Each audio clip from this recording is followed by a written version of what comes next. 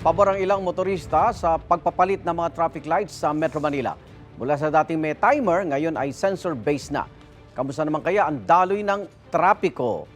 May unang balita live si EJ Gomez. EJ.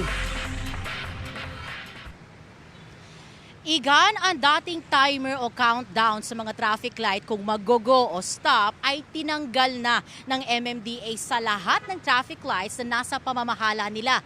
Ang sistema ngayon, sensor-based na. May warning clicks na lang bilang hudyat kung hihinto o tatakbo na ang mga sasakyan. Pansin niyo ba na sa karamihan ng mga kalsada sa Metro Manila, wala na ang mga timer o countdown sa mga traffic light? Tinanggal na yan ng Metro Manila Development Authority o MMDA sa lahat ng 76 na traffic lights na nasa pamamahala nila. Hindi kasama ang mga traffic light na hawak ng mga local government unit. Ang mga traffic light ay sensor-based na, kaya natutukoy nito yung mga sasakyan na kailangan ng patawirin at kailangan ng pahintuin. Sabi ng MMDA, sapat na raw ang warning na 5 green light blinks na susundan ng 3 segundong yellow signal bago mag-red light para makapag-slow down ang mga motorista. Ano naman kaya ang masasabi ng mga kapuso natin dyan? Para po sa akin, okay po yan. Bakit po? Parang mas mainam at saka parang natutunan rin po yung ibang driver. Kasi pag kayo may number na ganun, mga 5 counts pa ang natitira. Kita nyo, nag-uuna na kagad sa pag Parang hinahalod, pinipilit. Okay po, okay. Bakit po? Mas mabilis siya.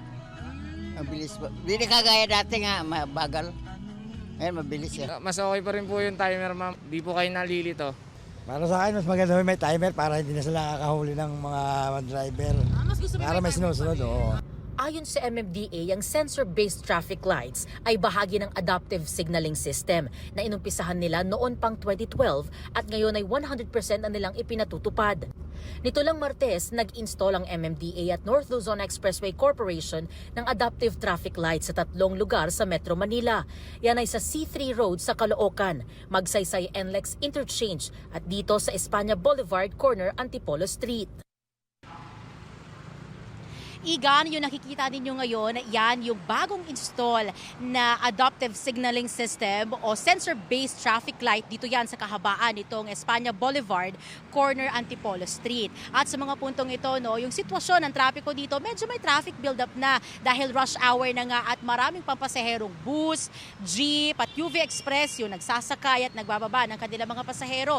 Karamihan dyan, mga kapuso natin na estudyante, papasok sa kanilang eskwela o di kaya naman ay papasok sa kanilang mga trabaho.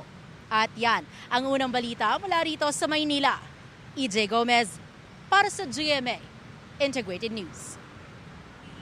Igan, mauna ka sa mga balita, mag-subscribe na sa GMA Integrated News sa YouTube para sa iba't ibang ulat sa ating bansa.